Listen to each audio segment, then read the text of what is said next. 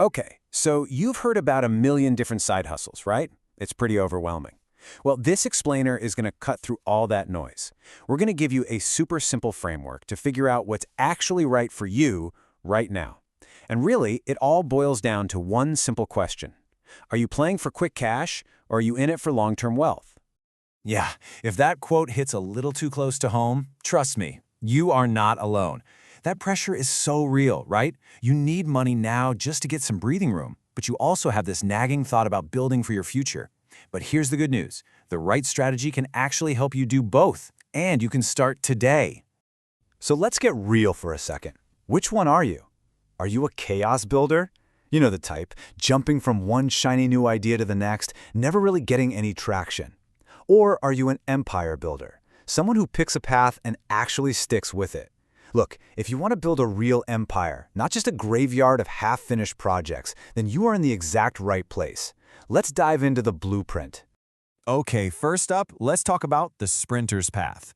I want you to picture this like a 100-meter dash for cash. It is designed for one thing and one thing only, solving that immediate money problem. We're talking about getting cash in your pocket as fast as humanly possible. So what's a perfect real-world example of this? Look no further than the TikTok Shop affiliate program. Seriously, it's one of the hottest and maybe easiest opportunities to get started with right now. It just perfectly captures the whole spirit of the sprinter's path. And what's the goal here? It's simple. Hitting that first $1,000 a month. And according to the source material, this is a totally achievable target. It's real, it's fast, and let's be honest, it can be the difference between constantly stressing about bills and finally feeling like you can breathe. And the beauty of this whole thing? It's just simple. You're not inventing a product from scratch. You're not building some complex business. Nope. You are literally just promoting products that already exist, using the tools TikTok gives you, like trending sounds, and then just committing to posting consistently. That is the whole game. See, this path is all about speed because the barriers to get in are practically non-existent. You don't need to own any products. You don't even have to show your face if you don't want to. And here's the crazy part. TikTok's algorithm is designed to help you grow. So really, the only thing standing in your way is just being consistent. The main investment here, it's your time. Okay, so let's shift gears completely. We're going from a sprint to a marathon.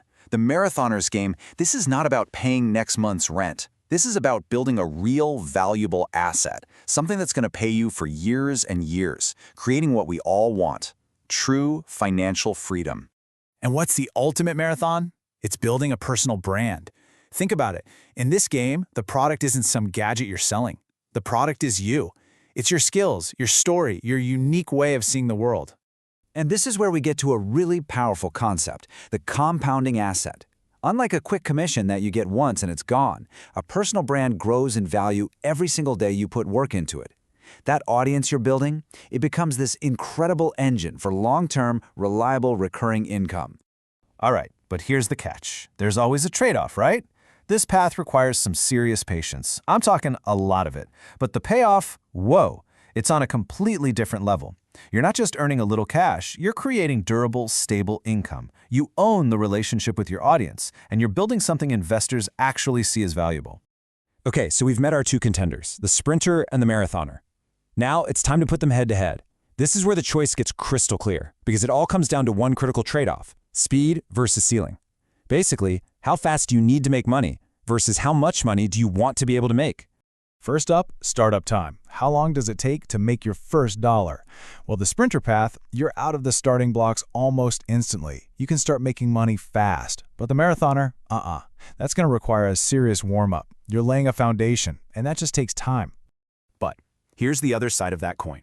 Let's talk about the income ceiling, the potential.